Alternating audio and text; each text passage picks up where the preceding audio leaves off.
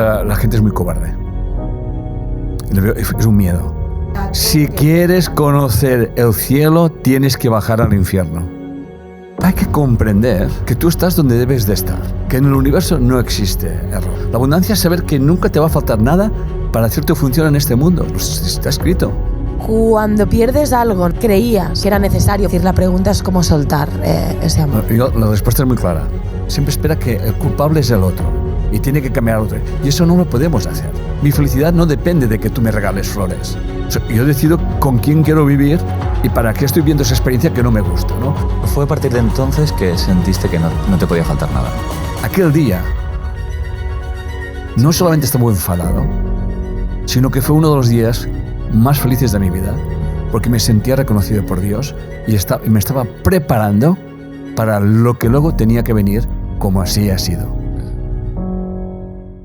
Muy bien, pues bienvenidos, bienvenidas a un nuevo episodio del podcast Destellos de Sabiduría. Hoy vamos a aplicar un formato diferente y es bueno, antes de empezar, pues explicar en qué consiste.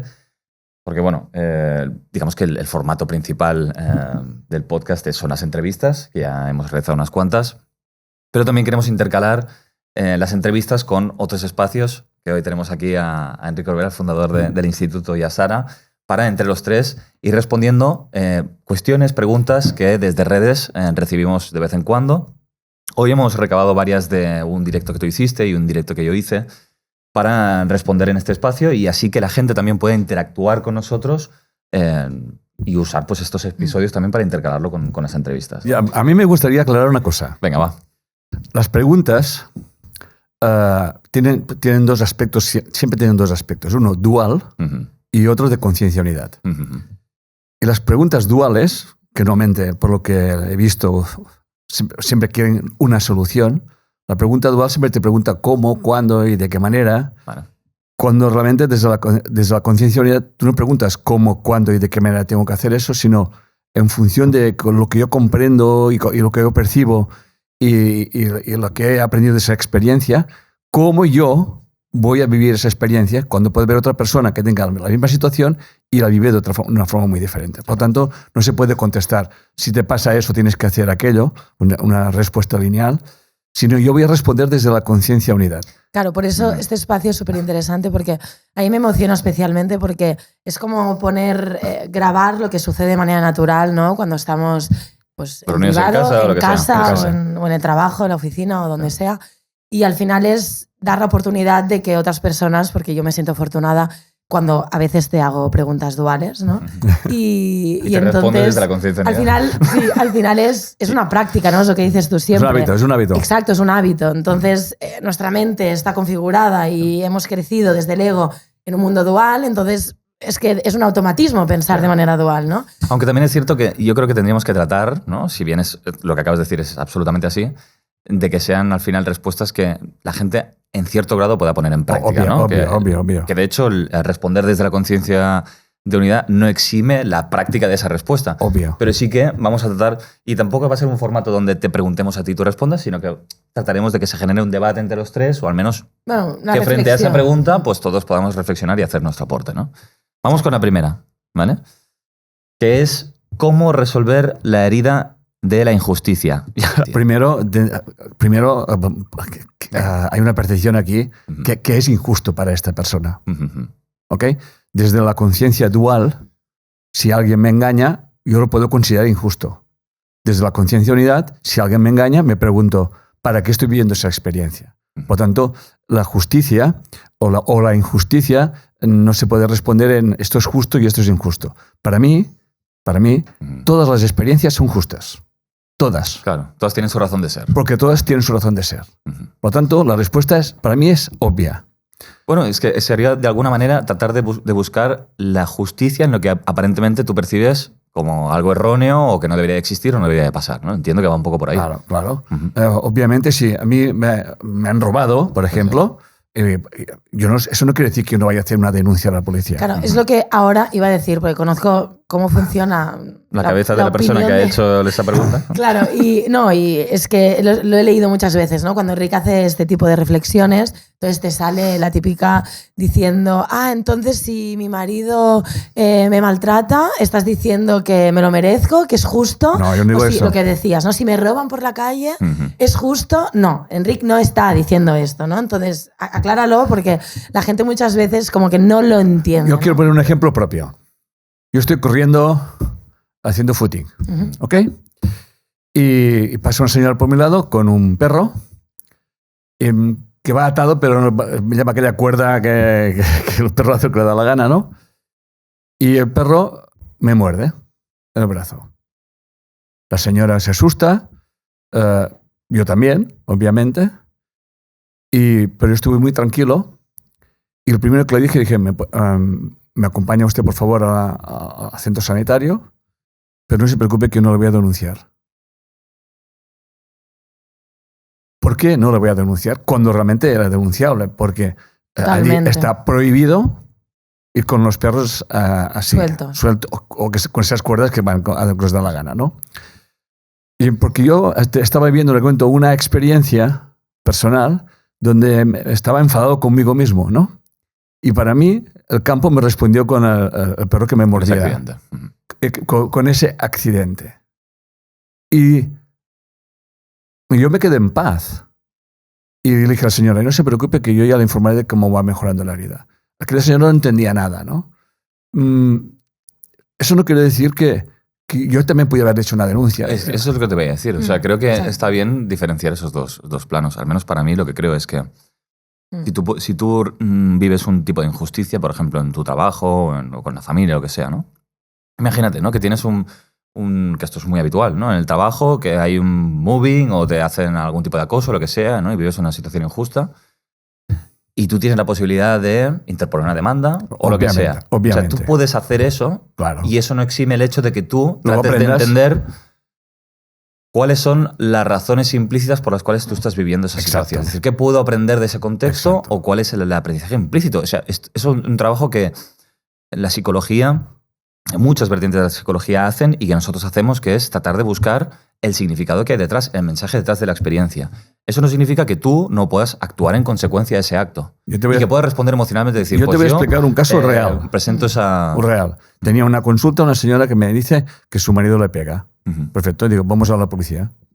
Te acompaño a la policía. No voy. ¿Perdón? Eso es un problema. Porque aquí es el problema del victimismo. Y hay que dejarlo muy claro. Jugar a la culpabilidad y al victimismo implica. El victimismo siempre, si yo me siento víctima, nunca voy a saber qué hacer. Porque siempre esperaré que tiene que cambiar el otro. ¿Okay? Pero si yo realmente vivo la experiencia y decido para qué vivo esa experiencia y actúo en consecuencia, como hice yo, le acompaño a la policía y dijo que no. El problema, ¿por qué dijo que no? Por muchas razones obvias, pero hay una que siempre espera que el culpable es el otro, claro, y tiene que cambiar al otro. Y eso no lo podemos hacer. Claro. O sea, mi felicidad no depende de que tú me regales flores, o que tú me compres un coche, o que me lleves al cine, o me lleves de vacaciones. Yo decido con quién quiero vivir y para qué estoy viendo esa experiencia que no me gusta, ¿no? Si se me repite, voy a poner otro ejemplo. La señora me dice, mi marido llega cada viernes borracho y nos tenemos que esconder en una habitación, mi hijo y yo. Y le pregunté yo, ¿hace tiempo que ocurre eso? Dice, hace 15 años. Digo, perdón. Claro, y eso es una injusticia, ¿no? O sea, pero es una injusticia. Yo hasta un punto, mira, Carl Gustav Jung dice que cuando la víctima no hace nada para solucionar su historia, la víctima se convierte en victimario y el victimario en víctima. Por lo tanto, el marido ya era víctima de la señora. Exacto, porque se había cronificado. Eso no lo dice Enric Corbera ni nada, eso lo dice Carl Gustav Jung. Cuando la víctima no hace nada para solucionar el problema, la víctima se convierte en victimario y el victimario en víctima. Porque por lo que hace es perpetuar. Está perpetuando. Como si estuvieras permitiendo que esa conducta siguiera existiendo. Exacto. O sea, de alguna manera, para mí, para dar como un tip a la persona que pregunta de cómo resolver, escuchando las reflexiones que estás haciendo, la herida, ¿no? Resolver la herida de injusticia. Para mí, la respuesta, escuchándote, Enric y David, sería ponte en coherencia. Ponte en coherencia. busca tus límites, acepta la injusticia que te tocó experimentar, porque evidentemente a nivel objetivo hay hechos que aparentemente pues, son un golpe o son una injusticia, frena, actúa, ponte en coherencia y luego comprende, ¿no? Esa comprensión más profunda que ofrece la conciencia unidad, ¿no? De decir, vale, ¿para qué? ¿Qué puedo aprender de esta experiencia? ¿Qué me está mostrando la vida, ¿no? Exacto. O sea, la conciencia unidad no niega que tú no tengas que ir no sé, al médico o tengas que ir a hacer una denuncia. No lo niega, eso ni muchísimo menos. Hace lo que tenga que hacer, que se llama respetarse. Y ponerse en coherencia. Claro. Y ponerse en coherencia. Por eso yo creo que podemos resumirlo de la siguiente manera. Para mí hay como 2 niveles. Uno que es el nivel de la conducta. Correcto. ¿No? Que podría ser, bueno, interpone una demanda. El pasar a la acción, ¿no? Enfádate, haz lo que tú consideres que va a hacer que atiende un poco más a la respuesta emocional o visceral que tiene la persona. Claro. Y que puede ser, digamos, el primer acto o el primer paso que la persona hace, porque de hecho hay que respetar la emoción que tú puedas sentir. Si tú sientes que han tenido un trato injusto, tú puedes responder desde esa rabia, cólera, lo que sea que estés sintiendo en ese momento. Ahora después, trata de dejar a un lado, digamos, el plano de la conducta y aplicar un plano más cognitivo o de comprensión acerca de encontrar el significado de esa experiencia. Es decir, ¿qué trata de traerte a ti, ¿no?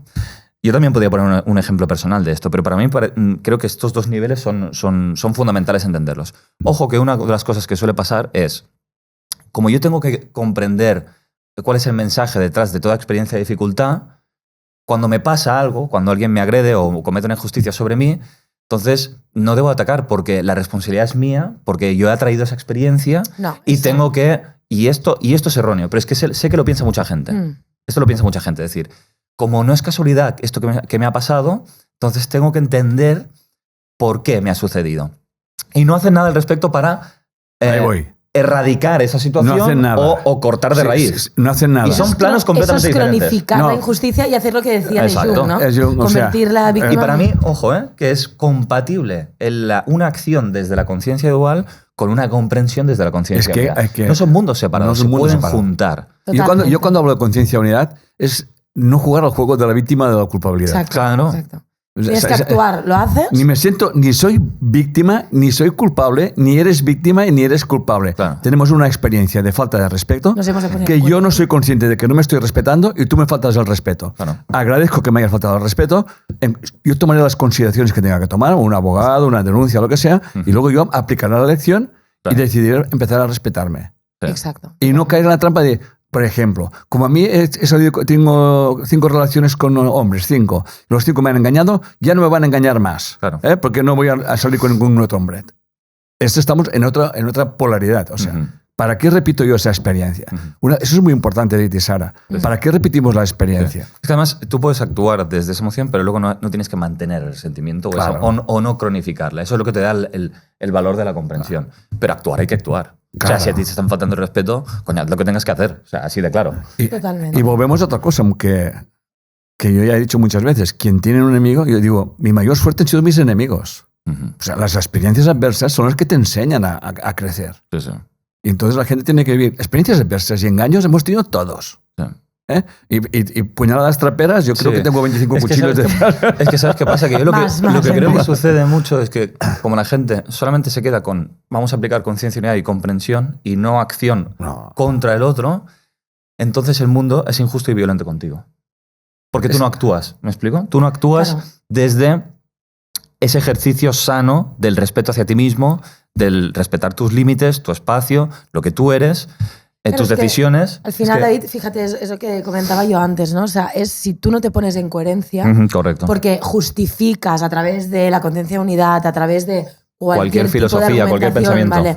Que esa situación, el que tiene que cambiar eres tú. A ver, el enfoque en sí es correcto, ¿no? Porque siempre cuando te enfoques en cambiar tú, estarás por el buen camino. Pero el problema es que la gente confunde... Muy bien lo que estás diciendo. Claro. Muy bien, porque esto es una trampa del ego. Exacto. Yo lo comprendo, pero no haces nada. No cambio nada. Y no, al final tu inconsciente entiende que estás pasando por una situación que no quieres estar y no te estás poniendo en cuenta. Yo llevo más de 20 años diciendo, cuando uno comprende, actúa. Exacto. Actúa. No pregunta, actúa. No pregunta, actúa. Sabe lo que tiene que hacer. Y sin resentimiento actúa. Sí. Hace lo que tiene que hacer, bendice la situación y bendice la experiencia y gracias por estar aquí porque me has enseñado esto. Eso, Enric, Es clave lo que acabas de decir, porque yo al menos lo he experimentado de ponerme en coherencia a pasar a la acción, pero con resentimiento. Claro. Y eso no puede ser. Y eso es un gran problema. Claro. Y yo lo he experimentado, ¿no? Y hace poco. Y todos. Y claro, y también he experimentado lo que es ponerse en coherencia sin resentimiento. Claro. Y esa es la gran maestría, porque realmente ahí está la libertad. Y la paz interior. Y la paz interior. Ahora me estoy acordando que tenemos una parte de nuestro contenido que hablamos de la diferencia entre comprender y tolerar. Claro. Tú puedes comprender una situación, por ejemplo, ¿no? Si tú dices, mira, tengo un problema de pareja, ¿no? Que mi pareja pues me habla mal, me engaña, me maltrata, del tipo que sea. Yo puedo llegar a comprender las razones implícitas por las cuales esa persona es así.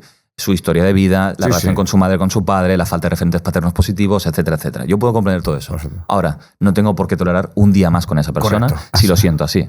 Es decir, son cosas diferentes. Una cosa es comprender a otra persona, sus intenciones ocultas y su programación inconsciente, en cierto modo, y la otra es que esa comprensión me lleve a someterme a la voluntad de esa persona o a perpetuar esa situación que me está haciendo daño. Y a justificarla. Son cosas completamente diferentes y eso es importante. El ego, yo siempre digo que el ego es el primero que aprende y a veces es el único. Sí. Entonces el ego aprende y entonces el tolerar que viene a ser como un aspecto suave de victimismo. O sea, ahí entramos en la justificación de esa conducta. Exacto. Justifico esa conducta. No que pobrecito tal y cual, pero el tío es un borracho o el tío se va con...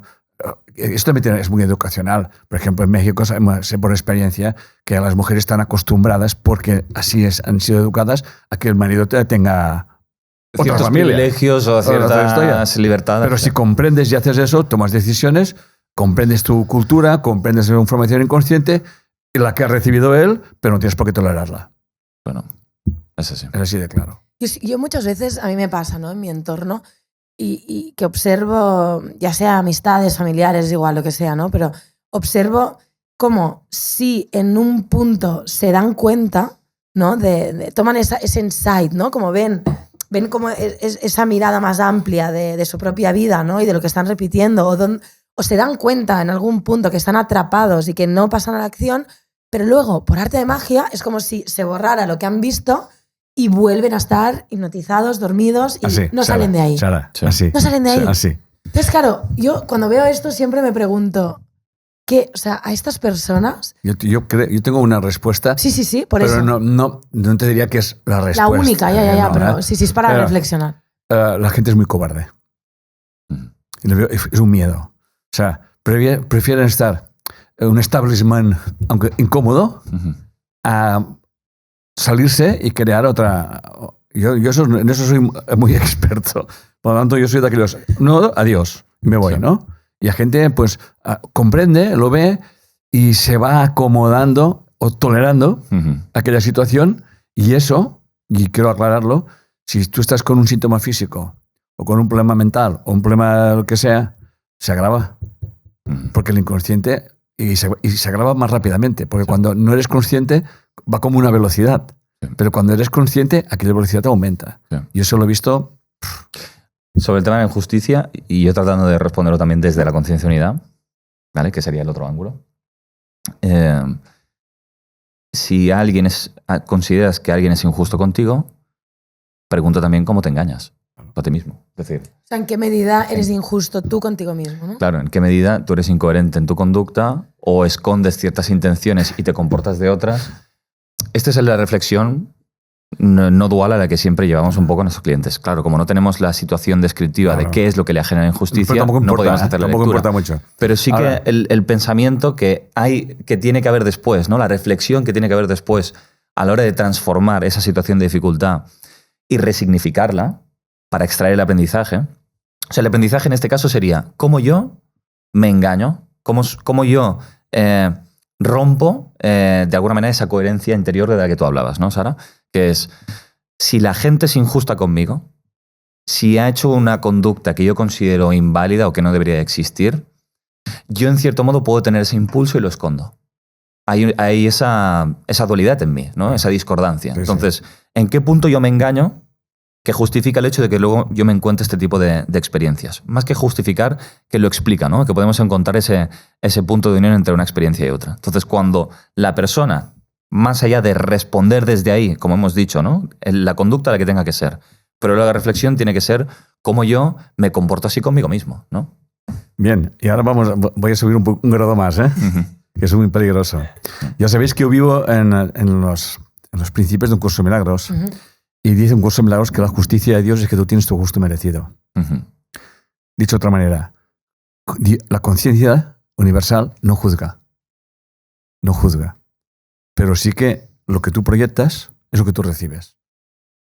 Claro. Por lo tanto, lo que tú vives como injusticia, de alguna forma, como decía antes David, ¿en qué medida estoy siendo injusto conmigo mismo? ¿O en qué medida también yo soy injusto con otras personas? No, también, claro. Que esta es la reflexión. Y una vez tomas eso, o sea, el campo, la inteligencia universal o Dios, es un concepto, es un efecto eco. No, o sea, la justicia de Dios, que Dios no hace juicios. O sea, te da la libertad de decidir quién quieres ser en cada situación. Y por lo tanto, esa libertad, obviamente, la puedes hacer desde otros puntos de vista, desde la conciencia dual o desde la conciencia unidad. Pero, repito, no son excluyentes. O sea, en el mundo dual, tú puedes muchas veces tienes que tomar una decisión dual, pero una cosa es tomar una decisión con resentimiento, y otra cosa es, yo hago esa denuncia, pero también bendigo la situación porque me ha enseñado a mí. Claro. Es un poco lo que hemos estado hablando, ¿no? Pero al final, el diablo no nos condena, nos condenamos nosotros. Claro. Porque... O sea, nos condenamos cuando hay juicio, claro, ¿no? Y nos sentimos culpables o culpamos al otro, ¿no? Claro. Y no comprendemos. Claro, esto cuando suceden situaciones muy extremas, ¿no? Es cuando realmente, a mí personalmente, me cuesta más encajarlas, ¿no? La responsabilidad, ¿no? Sí. No, es decir, puedo entender, ¿no? O sea, es que lo vivo así, lo he vivido muchas veces, como... lo que tú juzgas, ¿no? O lo que tú realmente tienes un juicio contra algo, de alguna manera es una condena que te estás haciendo a ti mismo en un futuro, ¿no?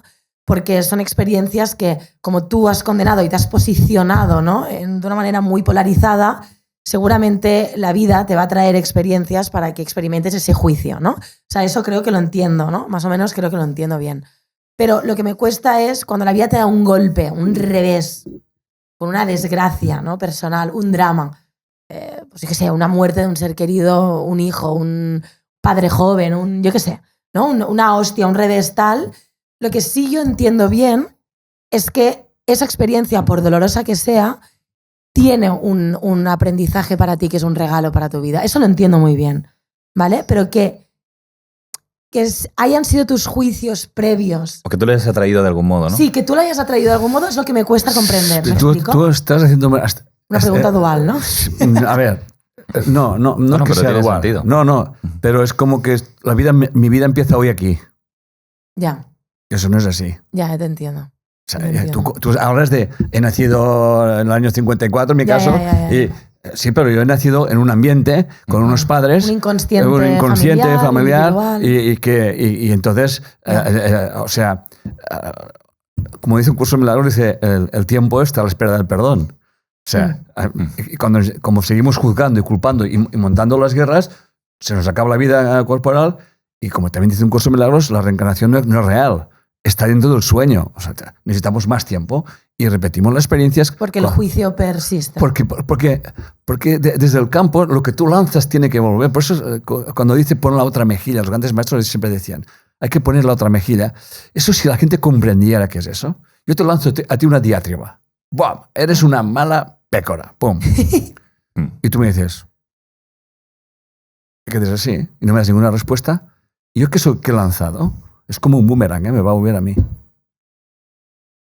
Por eso dicen que la mejor respuesta a un ataque es la ignorancia, ¿no? Mira, es el silencio. La frase que a mí me encanta de Buda que dice, cuando tú me lanzas espinas, mi silencio las convierte en flores. Por tanto, ante un insulto, tú no contestes. Pero encima, el insulto, la energía esa va a volver al origen.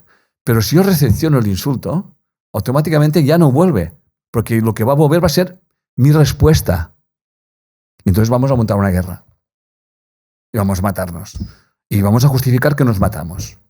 Y vamos a justificar que tiramos una bomba atómica. Y vamos a justificar que podemos entrar en un hospital y matar gente. Vamos a justificar cualquier cosa. Barbaridad. Pero cuando hay un silencio, ese silencio que habla Buda, esa frase a mí me encanta, o sea, porque aparte yo lo he vivido en propias carnes, entonces El ego lo que quiere, dice un curso de milagros que el ego, los inocentes son culpables. O sea, cuando alguien no acepta la diatriba, el insulto, la calumnia, no lo acepta, el ego se queda sin argumentos. O sea, el ego necesita que contestes para seguir peleando. Pero si tú no contestas, Jesús, frente a Poncio Pilatos, cuando Pilatos dijo, ¿por qué no haces nada que tú pam, pam, pam, pim, pam? Y no decía nada. Silencio.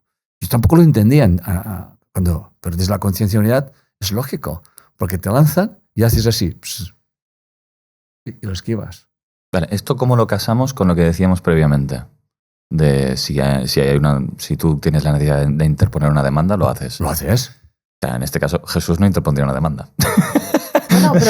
Pero es decir, también depende... O sea, ¿en qué punto? O sea, si haces una pregunta personal, ¿vale? Imagínate que, claro, no sé. Que he vivido, seguro, ya te digo. Cualquier tradición que has vivido, que han sido unas cuantas. Mira, sí, pero yo te diría, algunas ha tomado riendas y en otras no. Es correcto. ¿No? Tuvimos una de las demandas y juicios que, por cierto, ganamos y tú no te enseñaste con la otra persona. Es más, el juez condenó a esa persona a pagar, creo que lo hiciste donarlo a la Cruz Roja o algo así, ¿no? Sí.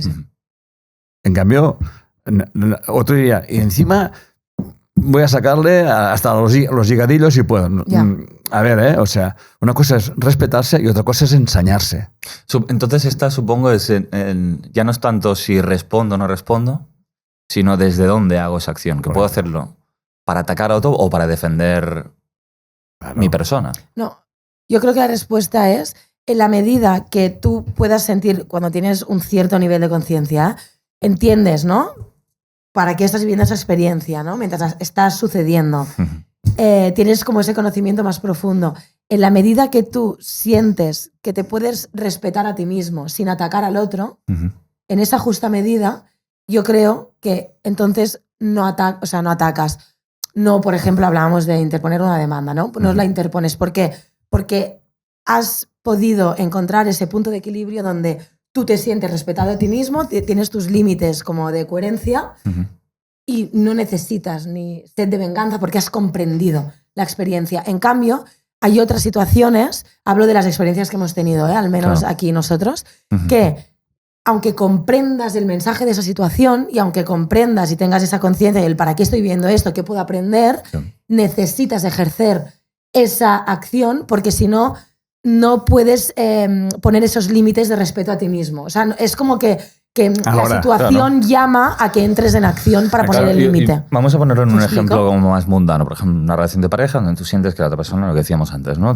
Sentir que la otra persona te maltrata, entonces voy a maltratarlo yo. Esto es lo que decimos de lo que no se debería hacer, ¿no? Porque eso es un poco lo que te devuelve después la vida en cierto grado.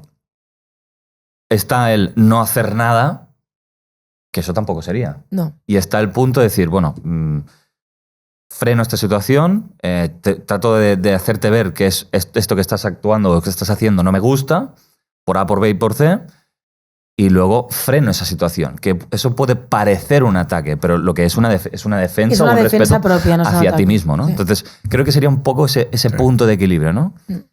No sé, yo he vivido unas experiencias transpersonales muy importantes y una de las cosas que viví hace... ¿Unos cuantos años? Unos cuantos años, pues puede haber 30 y pico de años. Imagínate, mi vida. Sí. Y cuando entraron a robar a casa... Una de las veces, ¿no? Sí, pero David no estaba ni en ese mundo, o sea, por lo tanto ya son más de quizás unos 36 o años así. Yo me acuerdo que abrí la puerta y fíjate el nivel de conciencia que tengo ahora, pero ya cómo apuntaba, hace 36 Apuntabas años. maneras, ¿no? Ya. Abrí la puerta y dije, Señor, perdónalos porque yo ya los he perdonado. Y solamente me robaron a mí. Dos cosas, ¿no? Dos cosas. A ver qué es lo de Enric, esto. ¿No? Sí, dos cosas que tenía porque no tenía nada. Una chaqueta de piel que me había regalado a mi mujer, y el reloj de oro de mi padre. Y dije, Señor, perdónalos porque yo ya sabía algo sabía que lo que me faltaba en casa era mío. Y me quedé absolutamente sin nada. Aquel día no solamente estaba muy enfadado, sino que fue uno de los días más felices de mi vida, porque me sentía reconocido por Dios y me estaba preparando para lo que luego tenía que venir, como así ha sido. Para si sirve esto, esa experiencia. No, a mí esto que es una historia que he escuchado muchas veces, pero a mí me rompe la cabeza porque siempre me has dicho que fue a partir de entonces que sentiste que tenía una misión. O sea, fue a partir de entonces que sentiste que no te podía faltar nada. No me podía faltar nada. O sea, cuando te faltó todo, no tenía nada. ¿Sentiste? No tenía nada. Y cuando no me quedé sin nada, dije, Señor, ahora yo estoy a punto, porque sé que nunca me va a faltar nada. No me va a faltar nada. O sea, claro, porque si no tienes nada, claro. ya, y te sientes acompañado, y que ya, nunca, lo tienes todo ya. Y lo tenía todo. O sea, aquel día descubrí que lo que me impedía vivir la abundancia que todos tenemos era agarrarte lo que tenías. Era agarrar a lo que creo que tengo. Quedaos con eso, por favor, que es muy importante. Esto es muy profundo y yo te quería decir, esto puede ser que creo que yo, de alguna manera, quizás no con la misma profundidad, pero creo que he experimentado algo parecido a raíz de la pérdida de Manel, de lo que era para mí un padre. Claro, cuando pierdes algo, ¿no? Que para ti creías, ¿no? que era necesario para estar en esta vida, ¿no? Y te das cuenta que lo único que necesitas para estar en esta vida es que la vida te sostenga, o sea, ni un padre, ni una madre, ¿no? Cuando pierdes algo que es ese desgarro, ¿no? Que se podría equiparar pues, a que te quiten todo lo que tenías a nivel material, ¿no? En ese momento.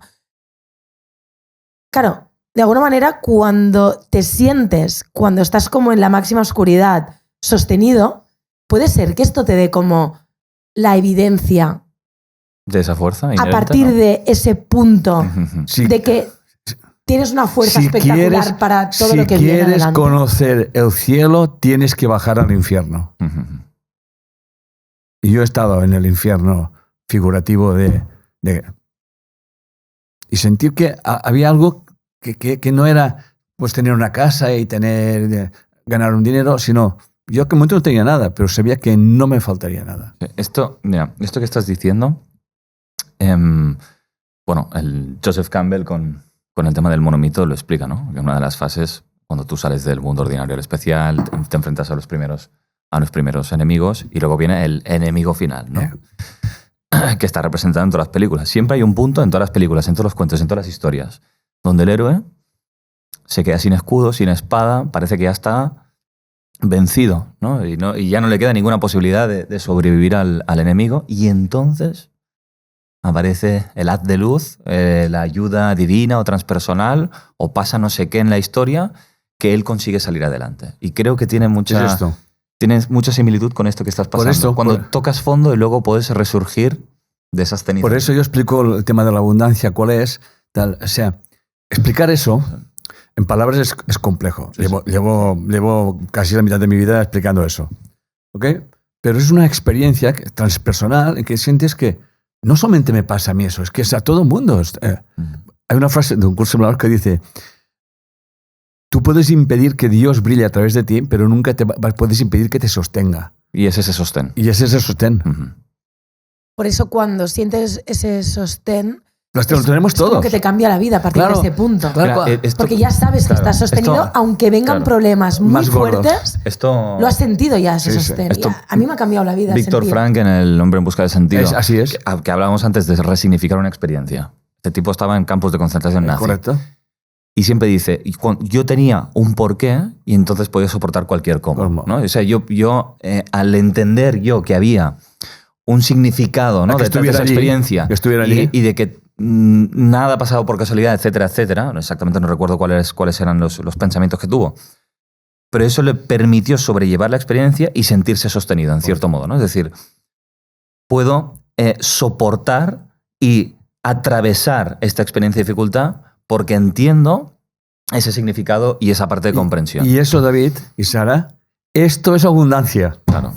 Esto es abundancia. La abundancia no es tener 10 millones de dólares en el banco. La abundancia es saber que nunca te va a faltar nada para hacer tu función en este mundo. Está escrito. Sí, además hay otra frase que dice que es abundante no el que más tiene, sino el que menos necesita. Correcto. Y eso lo vinculo con la experiencia que tú tuviste, ¿no?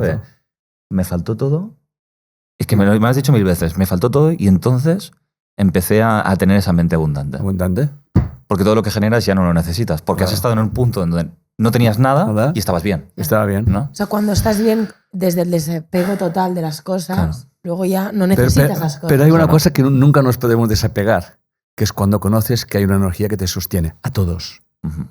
Por eso esa energía no juzga. Es lo que...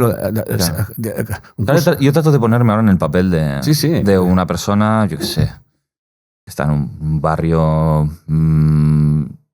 socioeconómico muy pobre, en unas condiciones paupérrimas, y estoy escuchando este mensaje. Y podría ser una persona que ayudase a muchísima gente allí. Es que además esto, por ejemplo, se ve mucho en vídeos de yo qué sé, la típica persona que está todo filmado, ¿no? Todo haciendo como una especie de prueba, ¿no? De ver cómo es la conducta social.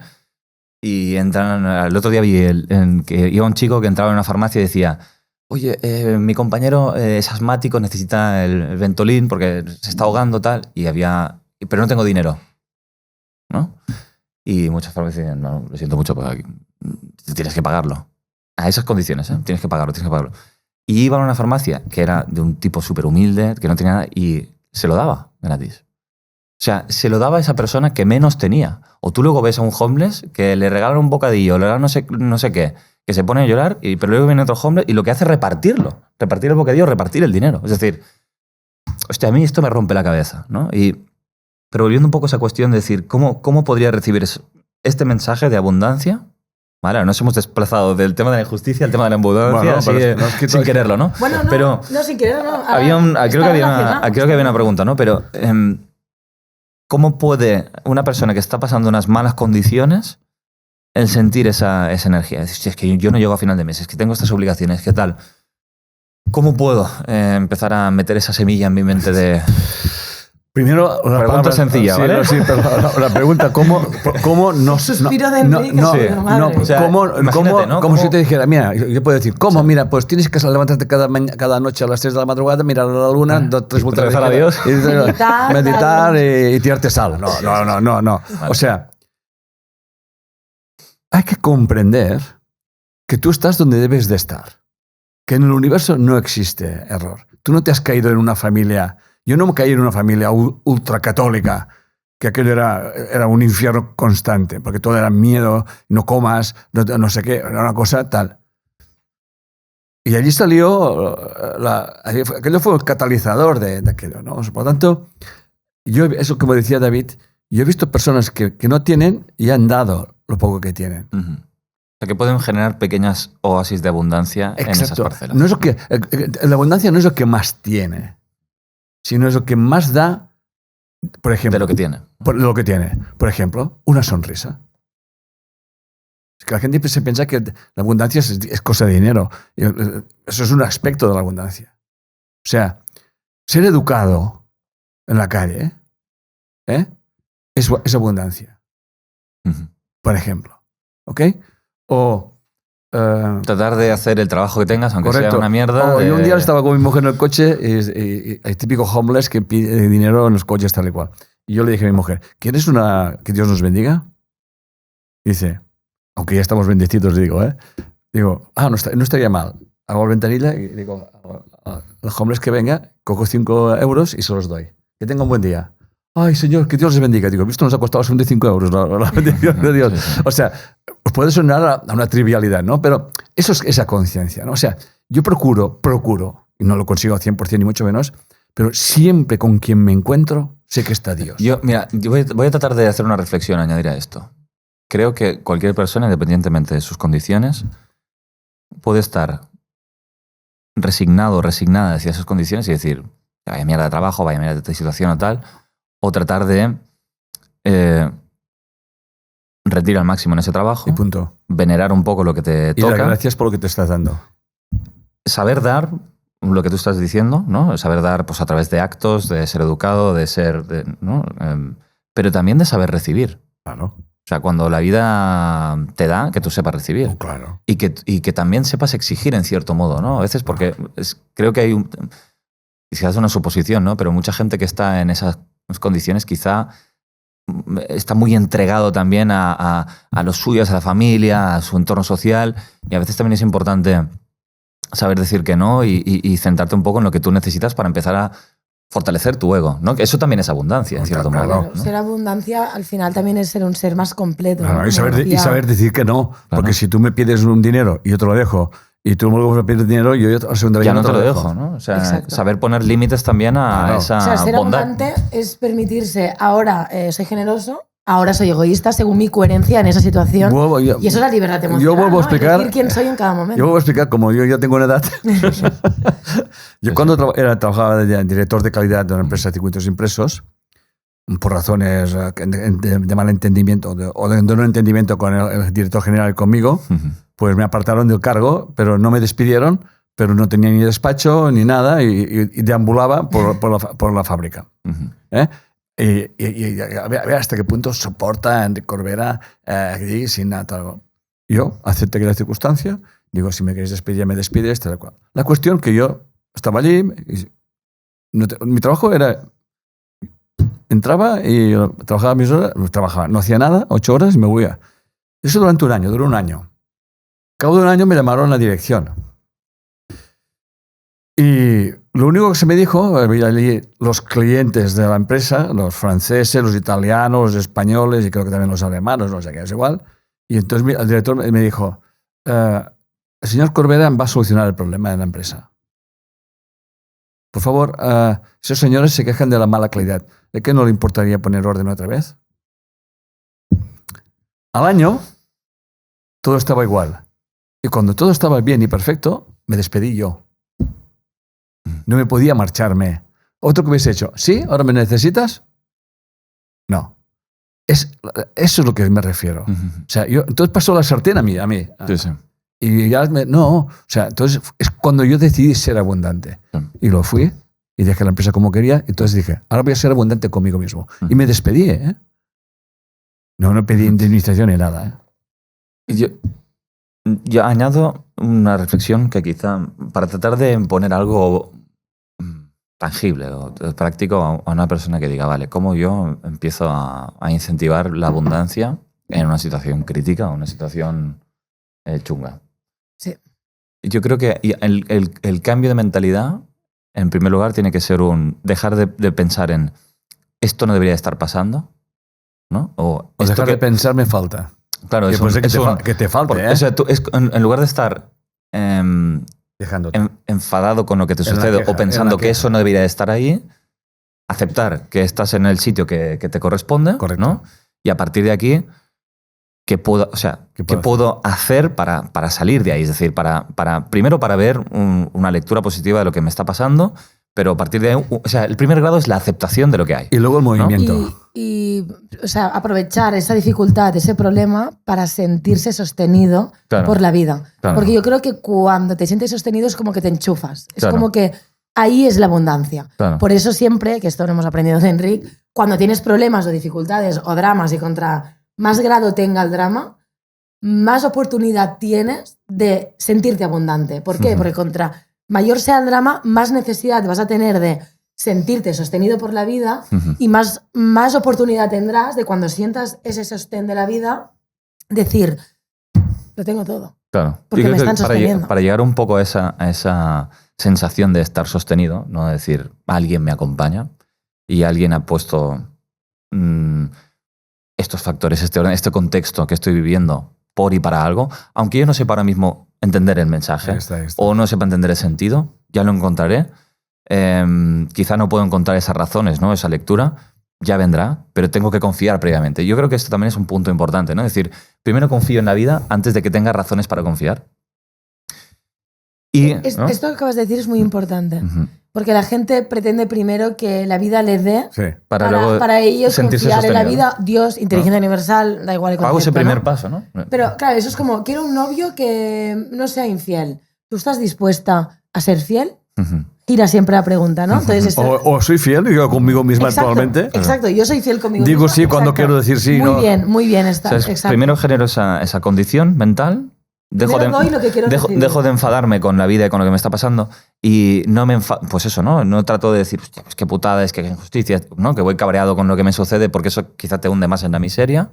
Es decir, vale, acepto lo que hay.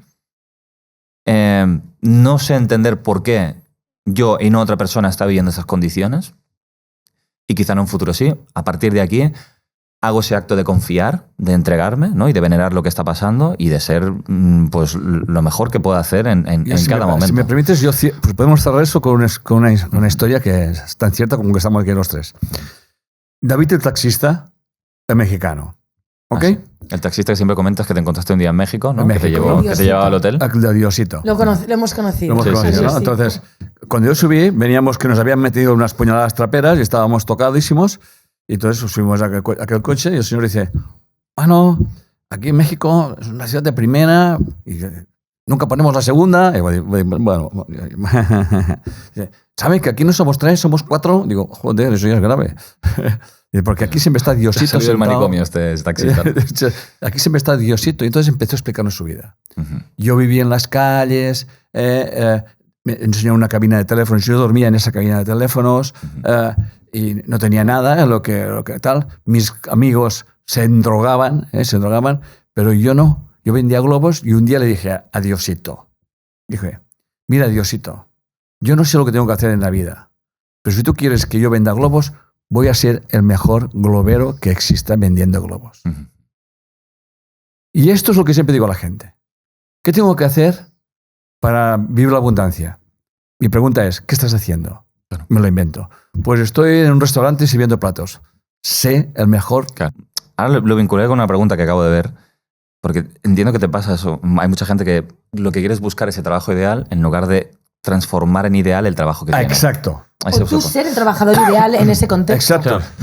Claro. Al menos de decir, si estoy en este trabajo... el trabajo ideal es el que estás haciendo. Ya llegará el que... Y voy a tratar de construirlo mentalmente o dedicarle un tiempo al día, pero el que estoy haciendo ahora no lo puedo ya repudiar o tratarlo mal o no dar lo mejor de mí. En todo caso, vete de ese trabajo. Si tienes que actuar así, ¿no? David, ¿tú piensas que yo algún día había pensado que estaría haciendo lo que estoy haciendo? Me parece muy importante reforzar esto, porque para mí, para si no se entiende, un ejemplo, ¿no? Yo me acuerdo cuando era adolescente, que pues todas mis amigas, bueno, ya no tan adolescente, 20 años. Era una persona adulta. Adulto joven. Sí, un adulto joven, exacto. Y me acuerdo que lo típico, salíamos de fiesta, a las discotecas y tal, y todas siempre me decían, ¿no? Ay, es que quiero encontrar novio, quiero tener pareja, es que siempre me encuentro a capullos, siempre encuentro los hombres, está fatal el mercado, la típica frase de mierda que todo el mundo dice cuando no se quiere responsabilizar de la mierda que está haciendo ella misma en este caso, ¿no? Y yo me acuerdo que yo salía de fiesta, bailaba, me lo pasaba súper bien, pero no me drogaba, no me liaba con 10.000 tíos esa noche.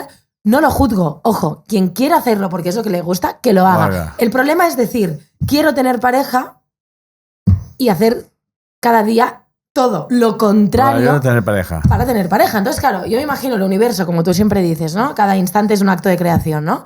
Claro, yo me imagino el universo, si el universo es un espejo propio, ¿no? De decir, pero chica, yo lo que te voy a dar es más de esto. Te voy a dar tíos que solo te quieran una noche, 5 minutos, porque es lo que no paras de hacer, chica, ¿no? Y yo me acuerdo que durante muchos meses que estuve soltera, se acercase un chico guapo, interesante, más feo, da igual. Todo era, no es lo que busco, no me interesa. O sea, yo estoy buscando conocer a alguien, conocer su alma, algo con más significado, algo a largo plazo, no me interesa. Entonces a mí me llamaban la monja, ¿no? Y ojo, yo no juzgo, que cada uno se vaya como si quieres ir a la cama con 10.000 tíos, yo no lo juzgo, pero sí que seas coherente con lo que tu alma, con lo que tu interior siente, ¿no? Entonces la gente sería equivalente, ¿no? Yo quiero un trabajo de puta madre, pero cuando estás con un trabajo de mierda, eres un trabajador de mierda. Entonces, ¿qué te va a dar la vida? Trabajos de mierda, porque tú estás siendo un trabajador de mierda. Yo puedo hablar, porque yo he trabajado en tiendas de ropa, cobrando, me acuerdo en su momento, 4 euros la hora. A mí me trataban fatal, me dejaban a mí toda la tienda desordenada, mis compañeras, porque yo me quedaba hasta las 12 de la noche ordenando, plegando, dando el máximo, y tenía un salario de mierda. Luego he tenido otros trabajos de mierda, pero yo me acuerdo que siempre daba el máximo. Era la que vendía más cuando estaba en el supermercado vendiendo suavizantes de ropa. Era la que vendía más aplicaciones a los taxistas en la calle cuando tenía que vender aplicaciones. Daba el máximo, aunque mi salario fuese una mierda.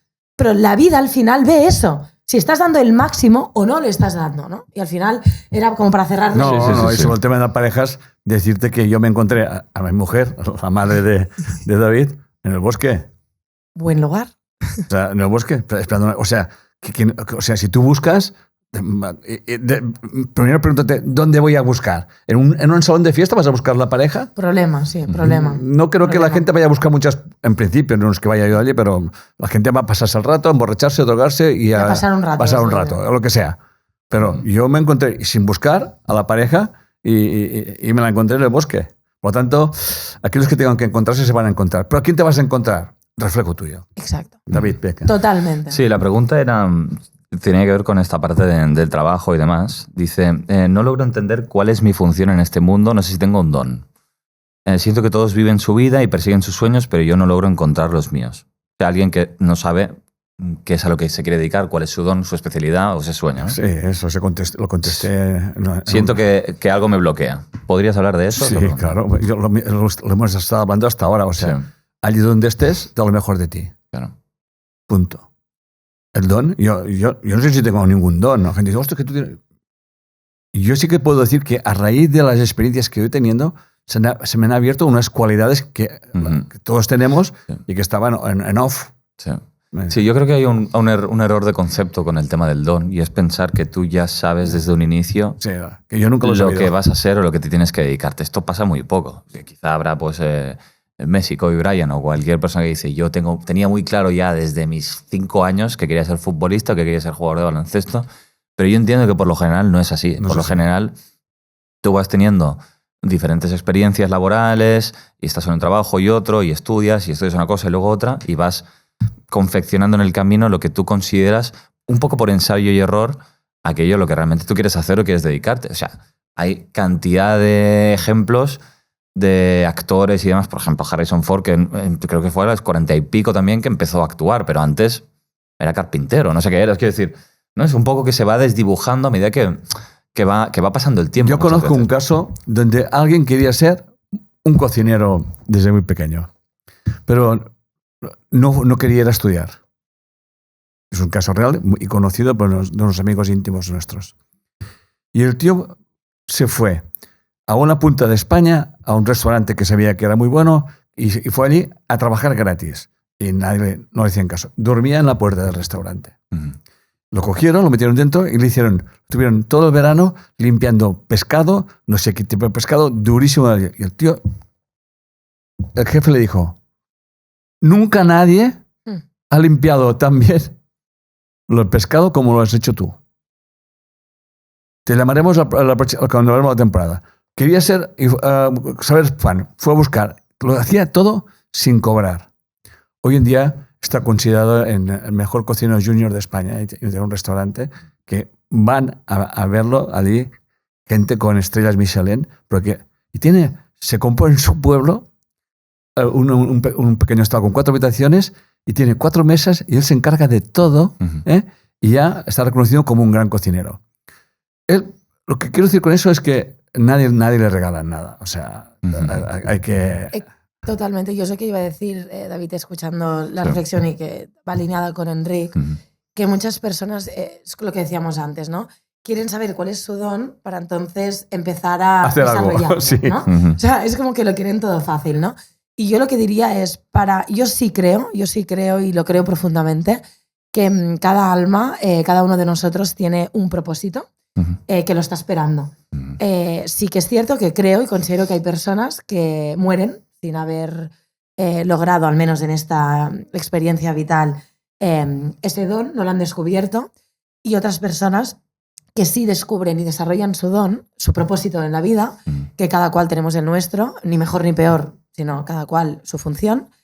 Pero creo que tienes que estar dispuesto para reconocer ese don o tu propósito, a lo que decía muy bien Enric ahora, a escuchar tu voz interna, es decir, tú tienes el GPS interno, aunque no sepas muy claro cuál es el destino final, si tu inconsciente, tu voz interna, ¿no? Tu alma, en definitiva, te va comunicando como sensaciones, como llamados internos de quiero hacer esto, ves para aquí, no sé por qué. Y no sabes por qué, ¿no? Y muchas personas silencian esos llamados, ¿no?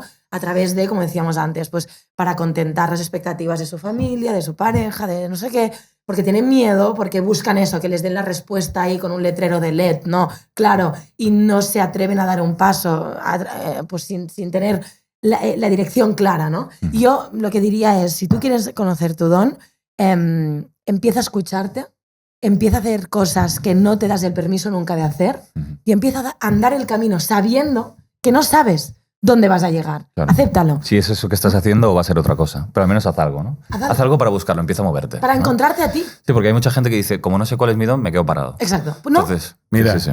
Yo tenía grandísimas dificultades de leer. Vamos. No te lo puedes imaginar. Nadie lo diría si tienes millones de libros en casa. O sea, y al final un día dije, eso se acabará. Me voy a leer fijo. Me costaba, de mayor me costaba. Y me leía cada mes 3 o 4 libros, y me leía centenares de libros. Cuando me fui con mi mujer May, de lo poco que llevaba eran varias cajas de libros. ¿Ok? Y a mí me hubiesen dicho que yo llegaría a escribir más de 20 libros, y les diría, ¿tú qué te has fumado? ¿Me entiendes? O sea, al final, y me acuerdo también que estaba estudiando ingeniería y los integrales y las derivadas me costaba muchísimo. Me fui a una librería, me compré 3 libros y me estuve picando piedra. O sea, yo puedo decir que si he estado en algún sitio y si es que he llegado a algún sitio por decir alguna cosa, ha sido picando piedra. O sea, pero y picar piedra es... Bueno, y tú siempre lo has dicho, que tú nunca... te preguntaba a los 30 años que ibas a hacer todo lo que has hecho y no se te pasaba por la cabeza. O sea, no tenías nada planeado de todo lo que has hecho. Y te lo fuiste encontrando en el camino. Si empezaste a estudiar psicología a los 44, o sea, fue un poco el desarrollo de toda una vida, ¿no? Sí, pero ojo, porque que la gente no confunda que alguien puede tener, como el caso del cocinero, alguien sí puede tener claro, alguien sí muy puede pequeño, tenerlo. puede tener claro. Yo, por ejemplo, pongo mi caso personal. Yo estudié psicología y tal, y luego he tenido el honor y la suerte de aterrizar en esta familia, en este proyecto, ¿no? De vida, profesional también. Pero... Claro, yo me acuerdo de ser muy pequeña y en el entorno de los adultos de mi casa, que eran adultos que no se amaban a ellos mismos, no se respetaban. Yo era más adulta que todos ellos juntos, ¿no? Y siempre los sostenía, los ayudaba, me preocupaba de ellos, etc. Y lo sufría, ¿no? Y yo me acuerdo de 11 años, 10, escuchar los CDs de los libros en ese momento, los CDs de Jorge Bucay, los cuentos de Jorge Bucay, El Buscador y demás cuentos. Y yo me acuerdo de sentir en mí misma, de decir, yo sé que yo voy a ayudar a la gente a no sufrir tanto como sufren en mi casa. Y yo esta voz interna, yo la tenía desde muy pequeña. Sí. Ahora bien, no sabía... Ni cómo, ni de qué manera. Exacto, pero sí sabía que yo tenía eso dentro de mí. Sí. ¿Cómo? ¿De qué manera? Pues da lo mejor de ti ahí donde te ponga la vida, ¿no? Y eso me lo ha enseñado mucho Enric, ¿no? Yo... Soy muy impulsiva, muy impaciente y muchas veces tengo una visión clara y digo, es que esto tiene que ir por aquí, ¿no? Y tú, Enric, me lo has enseñado mucho de decir, Sara, una cosa es que tú tengas un propósito y sientas algo dentro de ti y la otra es que tú quieras controlar cómo, cuándo, de qué manera, los tiempos y todo. Eso es imposible. Eso hay que soltarlo. Hay que soltarlo. Se llama rendición. Exacto. O sea, yo sé el camino que tengo que hacer, pero no voy a poner ninguna condición. Claro. Ahí está. Que quizás das 30 vueltas antes de llegar a lo que supuestamente eso parece fácil, Enric, pero al menos para mí, que he sido una controladora mental y impaciente, impulsiva y de todo, El ego cree en el control y es el Dios de su iglesia, el control. Sí. Controlarlo todo. Y bueno, de ahí vienen los sufrimientos y muchos síntomas físicos de ese exceso de celo, de control y que las cosas sean como me quiero que sean, en fin. Mira, yo añadiría con respecto a esto del don, ¿no? Alguien que dice, no sé si tengo un don. Vale, quizá no sabes lo que te gustaría hacer o qué es lo que anhelas en términos positivos o un ideal, ¿no? A lo que dedicarte. Quizá no sabes cuál es el don, pero sí puedes mirar tu pasado y saber cuáles fueron tus heridas, tus traumas o tus situaciones de más dificultad. Porque hay una vinculación, esto Gilligan lo explica, ¿no? Entre el don y la herida, ¿no? Y que la herida O sea, que la herida puede dar el significado del don que tú vas a encontrar. La herida te hace fuerte. De hecho, yo estaba pensando ahora en vosotros dos y os voy a poner como ejemplo, ¿vale? Te damos permiso, te preocupes. Correcto. Y sin tenerlo lo voy a hacer igual. Pero sí que... Yo el otro día lo explicaba, ¿no? En un directo, que la semilla de toda virtud, de todo don, es un trauma, ¿no? Yo, por ejemplo, tú lo sabes bien, yo cuando era pequeño hablaba muy poco. Solamente comía. Cuando cenábamos o comíamos, hablaba muy poco. Y luego, curiosamente, ¿no? En los momentos en los que hablaba, yo sentía que la gente me escuchaba. Quizá porque hablaba poco. Entonces, claro, David está hablando, vamos a escucharlo, ¿no?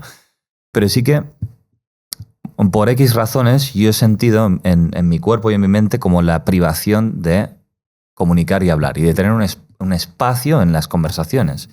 Y eso al final ha generado un poco la chispa, ¿no? O la necesidad de hablar, de comunicar y de explicar y expresar pues todo lo que hago, ¿no? En definitiva esto. Porque te convertiste en un gran observador. Claro. No, pero en cierto modo eso que se me prohibió o que tenía reprimido, al final fue un poco lo que enervó y generó esa necesidad de comunicar, ¿no?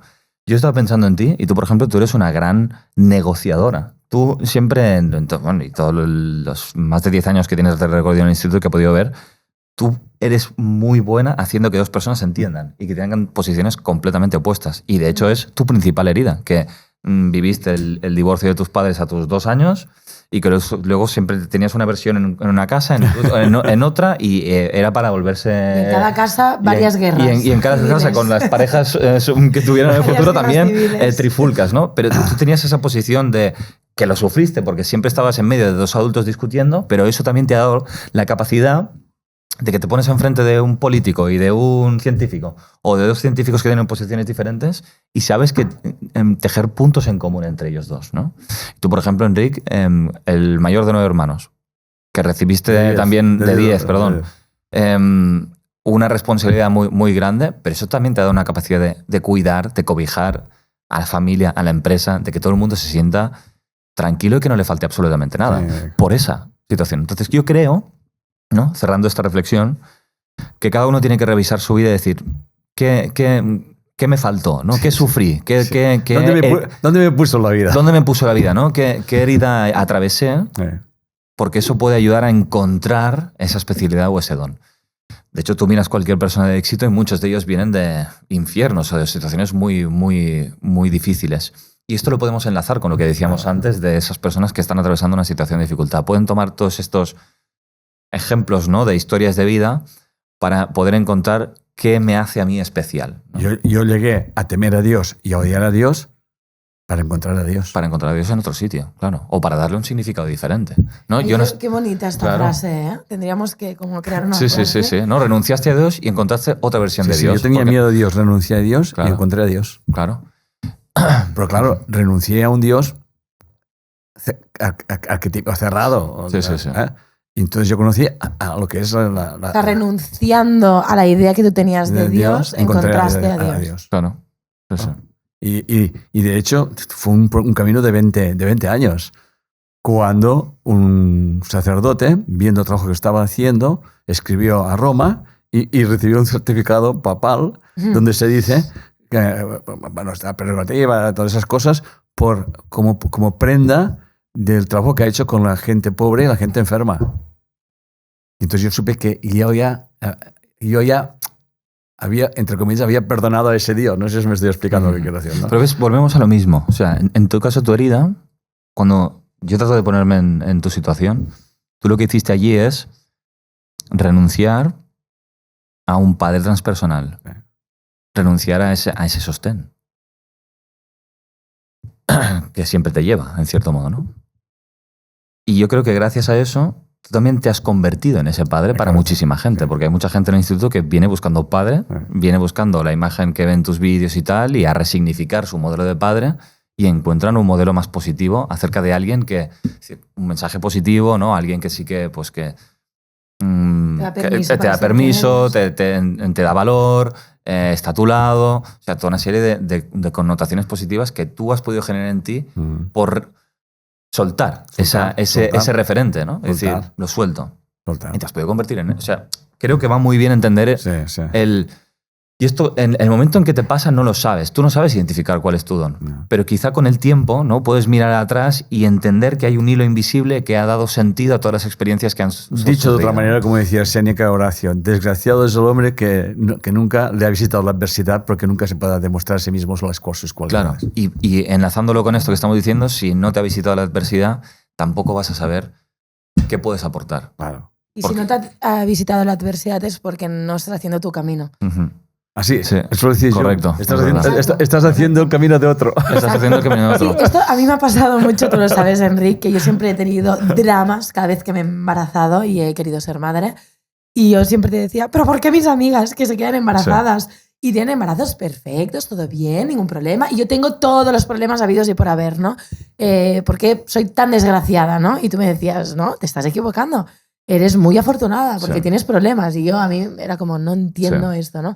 Y es que es totalmente. Yo ahora miro, con todo el respeto, miro a esas personas que yo sentía envidia sana, porque evidentemente no quería que tuvieran problemas, ¿no? Pero sí, de alguna manera sentía una envidia de decir, ¿por qué yo todo me sale mal y a ellas bien?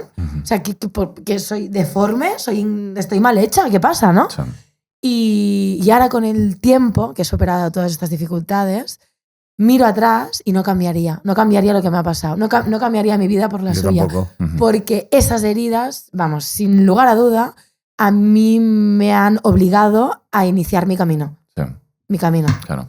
Hay otra frase de Jung que tiene mucho que ver con esto, que dice, para que las ramas de un árbol lleguen al cielo, sus raíces tienen que llegar al infierno. Muy profundas. Y a mí me gustaría decir algo, porque la gente que nos escucha puede decir, bueno, pero yo tampoco he tenido nada muy grave, yo tampoco he tenido un trauma muy bestia y tampoco me han pasado cosas muy difíciles. Todo ser humano ha tenido sus dificultades y todos han atravesado sus adversidades, aunque aparentemente no pueda parecer así. Y es importante que se vean así, o sea, no taparlo, decir, no, yo no tengo derecho a quejarme porque hay otras personas que están peor. O sea, tú tienes que también honrar esas heridas y darles el espacio que se necesitan. Lo digo porque hay mucha gente que puede decir, no, pero yo he nacido, pues, por ejemplo, en una familia adinerada y nunca me ha faltado nada. Sabemos aquí los tres... Esto es un problema. Sabemos aquí los tres que esa gente puede estar incluso mucho peor. ¿Tanto? O sea, porque hemos conocido a gente con mucho dinero y que están muy perdidas, están muy solas, están sin ningún tipo de significado vital. Y además esto lo decía Joseph Campbell, dice... que las personas que viven en situaciones socioeconómicas difíciles, quizá esas tienen más suerte porque son capaces de arriesgar su vida. Claro. Otras personas que lo tienen todo ya no están motivadas en nada. Y tú los ves y están como en una especie de despersonalización o vacías por dentro. Y eso para mí es de los peores estados. Y quemando tiempo. Y quizá esa gente puede decir, pues yo no tengo derecho a quejarme. No, si tú tienes otro tipo de herida y tienes que saber verla. Claro. Y es muy importante. O sea, todo el mundo tiene la suya y puede que no confundan que un contexto pueda ser más favorable en el hecho de no tener sus heridas y de no tener sus traumas, si porque existen perfectamente. Para cuadrar eso, nacer en una familia muy abundante, que lo tengas todo, todos los coches, todo que tengas, no te falten más edad, que no te falta de cual, más vale que no lo tengas y desarrolles eso. O sea, al final aquello te adormece. Pero hay una frase que dice que lo que viene fácil, fácil se va también. O sea, que al final no lo valoras y te vuelves intransigente, etcétera, etcétera. Totalmente. ¿Vamos a la última pregunta? Vamos a otra pregunta. Vale, hay una pregunta, Enric, que tengo un interés personal. Ay, de que, ya tiemblo. De que la reflexionemos. Porque, bueno, pues como he dicho antes, mi padre Manel murió hace pocos meses y para mí es un tema pues muy caliente, ¿no? Este tema. Normal. Y dice así, ¿cómo la dice una tal Mónica? ¿Cómo soltar un amor? Tal vez sea apego, ya sea de madre que se está muriendo o un viejo gran amor de pareja. En definitiva, es dejar ir. Gracias. Es decir, la pregunta es cómo soltar ese amor. La respuesta es muy clara. La muerte no existe. El apego es creer que ya adiós y adiós. No, la muerte no existe, solamente existe la vida. O sea, el concepto morir, desaparecer, no existe. Somos almas viviendo unas experiencias que nos hemos encontrado aquí y nos encontraremos allá o donde sea. Que haya un apego porque lo hay como ser humano y tal, pero no hay que convertirlo en un drama. Es una experiencia dolorosa, pero es transitoria, porque hay una cosa que es verdad, de aquí nos vamos a ir todos. A mí esto es lo que me da... A mí, mira, acabas de decir algo, Enric, que yo lo voy a contar por si es un recurso para quien nos escucha, que le puede sumar, y es tener presente que vamos a morir. Todos. O sea, te da un poder como muy fuerte, porque es como que le quites importancia a todo. ¿Qué más da todo si vamos a morir? Evidentemente no hay que caer en el, pues no me esfuerzo, no. Pero sí que es un recurso que te puede ayudar pues cuando tienes que hacer algo que te da mucho miedo o tienes que afrontar algo que te da pánico, mucha angustia, mucha ansiedad, quitarle importancia y decir, oye, hazlo lo mejor que puedas, no te importen los resultados, porque vas a morir. Y a mí, al menos este recurso me funciona mucho. Exacto. Además, hay las experiencias transpersonales que mucha gente ha tenido, yo también he tenido muchas experiencias transpersonales fuera del cuerpo, que la gente se piensa, ¿cómo ocurre eso? Pues ocurre y punto, ¿no? Y te das cuenta, yo he tenido sueños premonitorios. O sea, entiendo que en el mundo onírico, en los sueños puedes sentir como una experiencia como muy real, ¿no? Es muy real. ¿A qué te refieres? O que te dan un mensaje. Yo me acuerdo que estudié psicología porque tuve un sueño de alguien que conocí y me dijo, tienes que estudiar psicología. Y me levanté, me desperté y me fui a matricular. Me fui directamente. O sea, el mensaje que recibí, ¿no? Por lo tanto, te das cuenta de que la vida tiene un timing, ¿ok? Algunos la viven, se cuidan más, otros se cuidan menos, pero al final tiene un timing. Hay un timing. La entropía no falla. Hay un fin. Hay un fin, al menos de esa vida, ¿no? Pero hay algo que no muere nunca, que es el alma, el espíritu. Yo entiendo que la pregunta, porque hay como varios puntos matices mezclados, ¿no? Sí, si es de pareja, si es de alguien claro, que es se son está... temas diferentes. ¿no? Claro. Si es de una madre o un padre que se está muriendo, ¿no? ¿Cómo suelto ese amor? O cómo me permito pues, sobrellevar mejor ese duelo, ¿no? Entiendo que va un poco por eso. Sí, ¿no? Va un poco por ahí, ¿verdad? Me permite explicar una anécdota que, porque claro, por la edad que tenía, las preguntas ya me las he hecho yo antes. Entonces, y es como un cuento, ¿no? Entonces resulta que es una madre que se le está muriendo el hijo y pide ayuda a los médicos, a los curanderos que hay por allí. Es un cuento, creo que hindú. Y le dijeron, no, tienes que ir a ver al sabio que está en la montaña allí arriba, que ese es el hombre más sabio que hay. Entonces, por allí, ¿qué te pasa, buena mujer? Es que mi hijo se está muriendo y nadie encuentra la medicina. Dice, no te preocupes, tráeme un grano de mostaza de una familia que nunca se le haya muerto a nadie. Bueno, buscar el grano de mostaza. Y luego, al cabo de un tiempo, dice, no he encontrado a nadie. Y tal cual, dice, pues prepara para enterrar a tu hijo, porque esto es la vida. O sea, claro. Esa vida es así. Entonces, es que no nacemos limpios, como un cassette sin virgen. Todos, vuestros hijos son los mismos padres, y los miras y dices... ¿Qué me entiendes? Sí, sí. Y son diferentes ya. Pues hay algo que les está diferenciando. Sí, vale, que hay una epigenética y tal y cual, pero bueno, pasaste un mal embarazo con el primero y un mal embarazo si quieres tú en el segundo, ¿no? O sea, no fue que el primero fue un buen embarazo de libro, ¿no? O sea, al final... ¿Tú quieres decir algo respecto a cómo has llevado este duelo, no? Sí, no, creo que puedes sumar ahora no hablo de amor de pareja, porque para mí amor de un progenitor, una pareja, ¿no? Es muy diferente que perder a un padre o una madre, además si es joven, como mi caso, ¿no? Pero es parte de la pregunta, ¿no? ¿Cómo soltar el amor hacia ese progenitor? Yo lo que al menos yo he intentado, o lo que sugiero a la gente que haga, si les sirve, es plantearte, vale, esta relación, ¿vale? ¿Qué aspectos me regalaba o me ofrecía, ¿no? No sé, pues en mi caso era una persona que me escuchaba siempre, era una persona que me reconocía siempre, era una persona que no me pedía nada a cambio, sino que me daba, ¿no? Y yo me sentía pues muy acompañada, ¿no? Por esta persona y sobre todo, pues eso, ¿no? Muy reconocida, ¿no? Entonces, una vez lo perdí, lo primero que indagué en mí y pensé es, ok, miré a mi alrededor y dije, lo que él me ofrecía no me lo va a dar nadie ahora, ¿no? Quizás de otras maneras sí, pero como él lo hacía, no. Y pensé, muy bien, estoy preparada para darme yo misma estos ingredientes que esta persona me ofrecía. Sara, no necesitas que un padre te reconozca. Estás preparada para sentirte con el valor suficiente de reconocerte a ti misma y no buscar que la vida a través de otra persona... Vale, ok, genial, será un regalo. No necesito. ¿Me explico? Vale, me escuchaba, me preguntaba cómo estás. Ok, Sara, tienes que saber escucharte a ti misma y preguntarte a ti misma cómo estás, qué necesitas. Que no tenga que venir él a preguntártelo, sino tú misma tienes esta capacidad de hacerlo, ¿no? Entonces yo creo que lo que ayuda mucho es cuando pierdes a alguien tan significativo en tu vida, preguntarte qué vacíos de alguna manera o qué cosas de ti mismo estabas rellenando que tú no te estabas rellenando tú mismo y darte la oportunidad de dártelo tú mismo.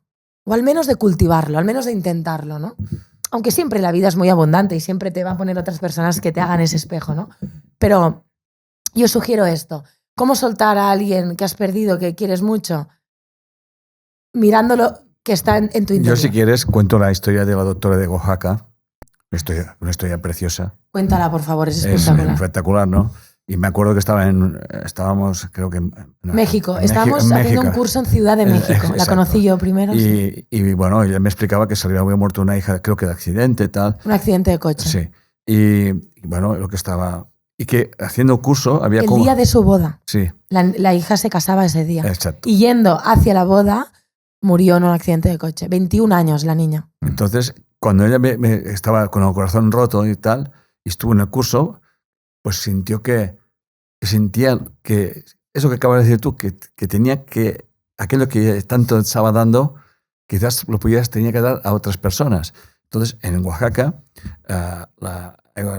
los niños que estaban en las montañas, pueblos por allí, bajaban a hacer tratamientos de cáncer en el hospital, pero el hospital no tenía suficientes camas y dormían en la calle.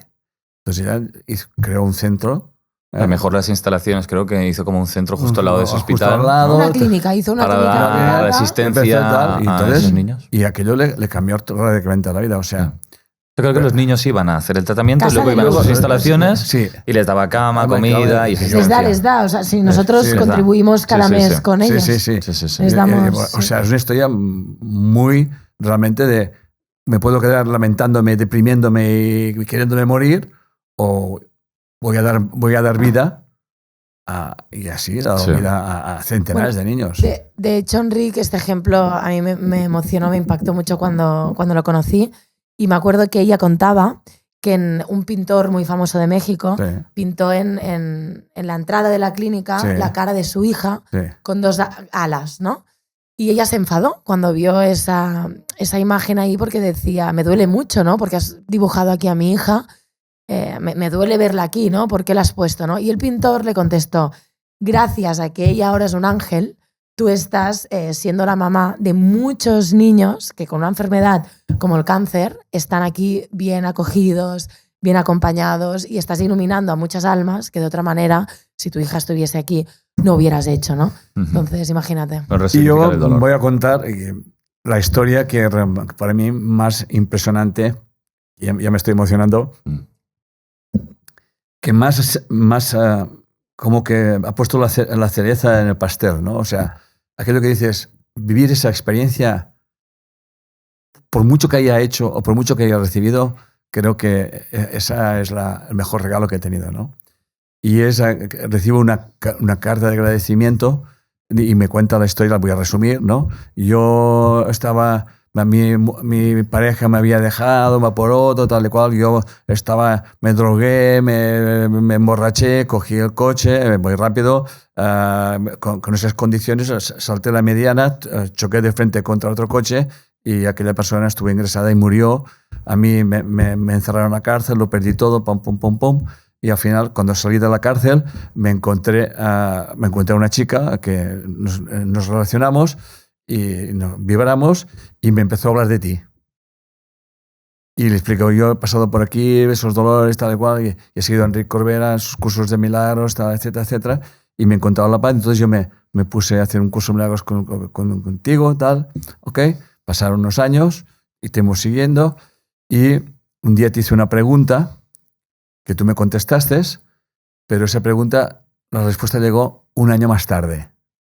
Un año más tarde, cuando acababa de ocurrir lo que ahora te voy a contar. Mi mujer y ya teníamos una hija.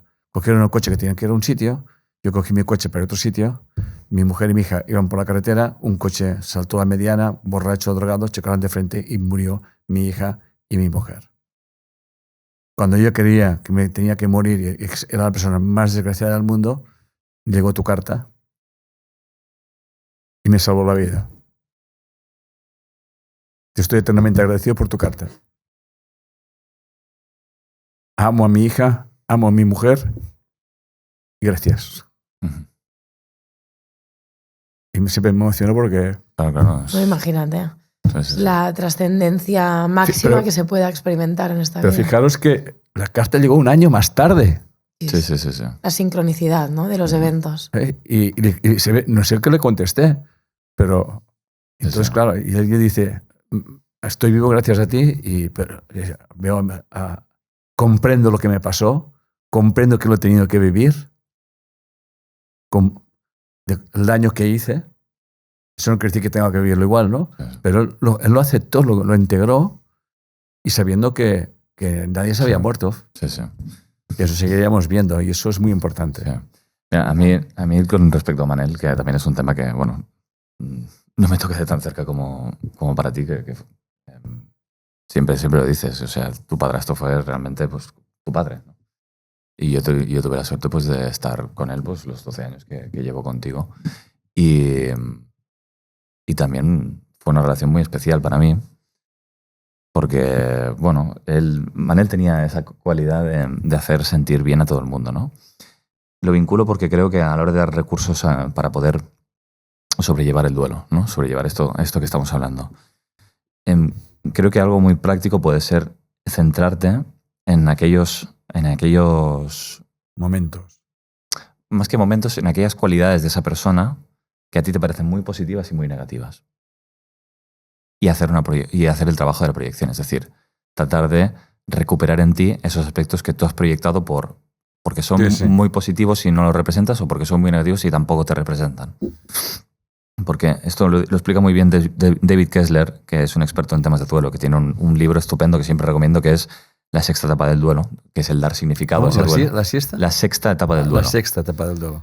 Y dice que una persona cuando muere, o sea, la persona muere pero no termina la relación, ¿no? Y por lo tanto tú siempre puedes trabajar con el recuerdo de esa persona o con la relación que tuviste con esa persona. Entonces, claro, tienes que pensar, de esa persona, ¿qué es lo que más me gustaba y qué es lo que menos me gustaba? Y empezar a incentivar esas cualidades en ti.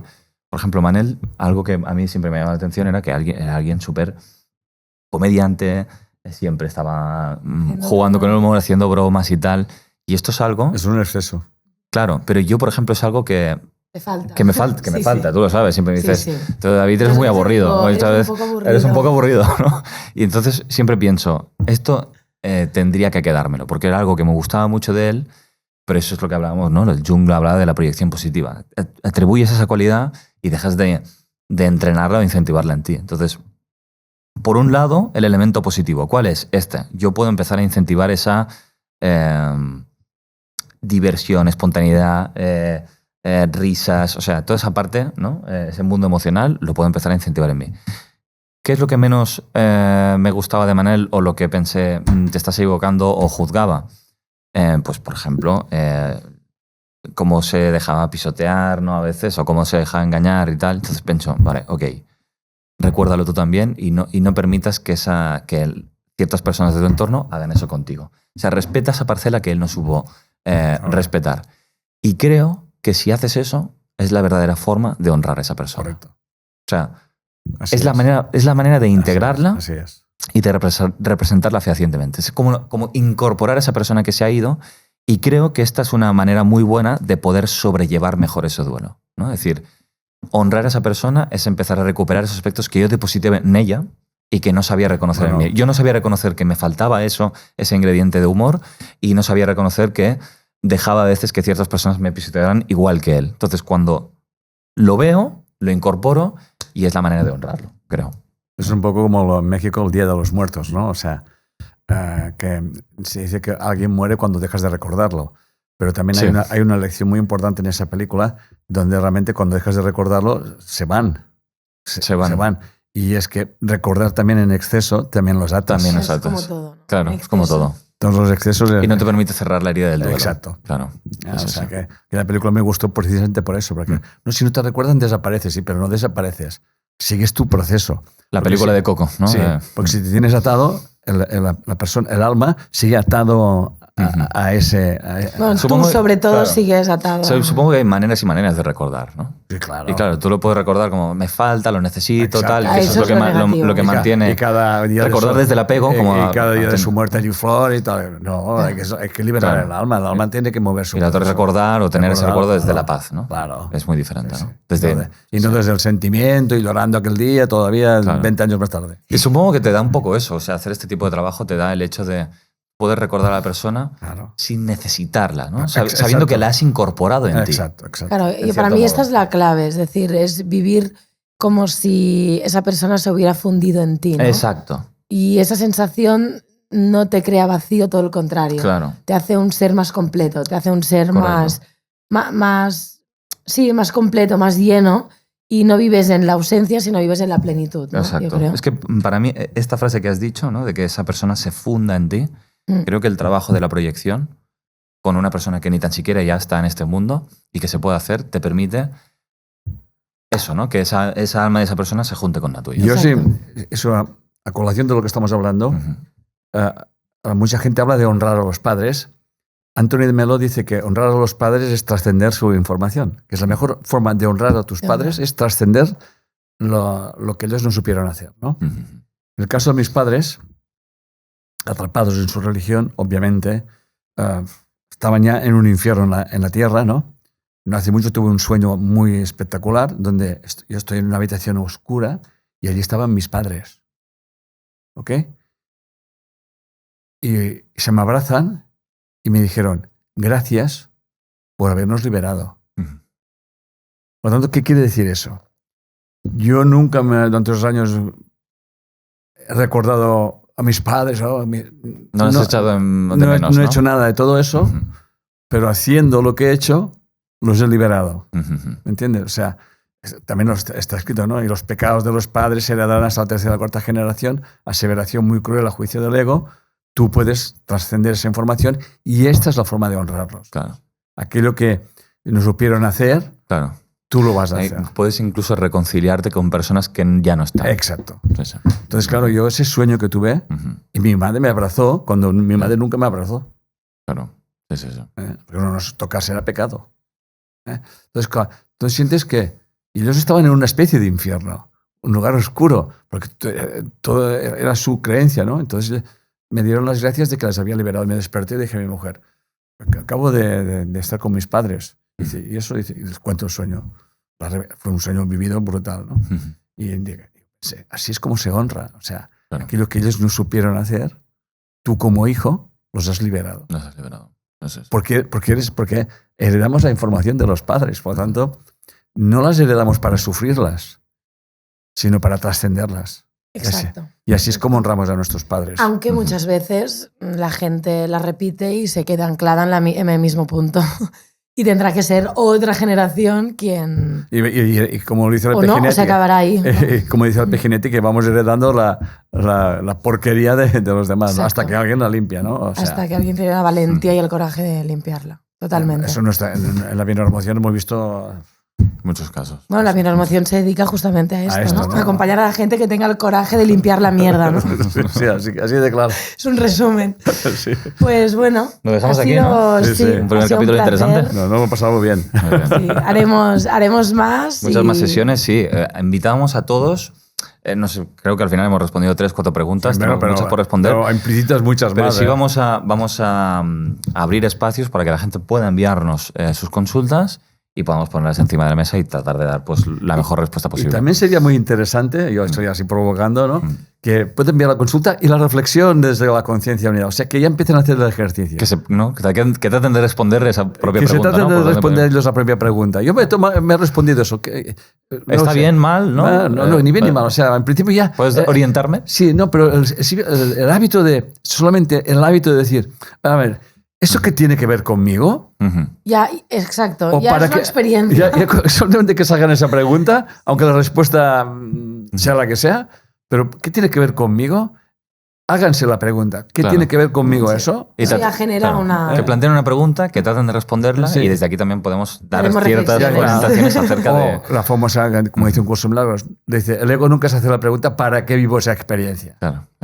¿Para qué la vivo? En todas las experiencias siempre hay un para qué y nosotros ayudamos a la gente a encontrar ese para qué, o menos algún para qué, que te lleve a un estado de paz, de tranquilidad y libertad emocional, que es lo que pretendemos en nuestro método. Exacto. Pues muy bien. Gracias por este momento. Enric, venga. nos vemos. Nos vemos pronto.